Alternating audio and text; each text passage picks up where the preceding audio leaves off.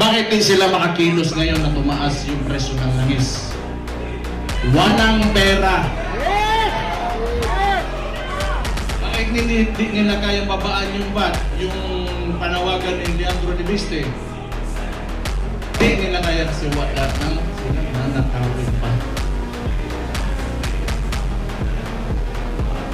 Walang meditador!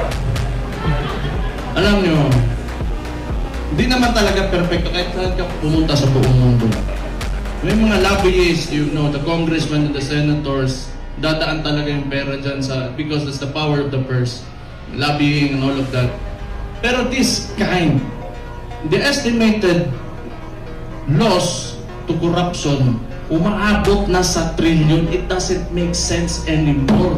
Saan mo pa gagastusin yung pera na kung nasa bulsa mo yan? For what?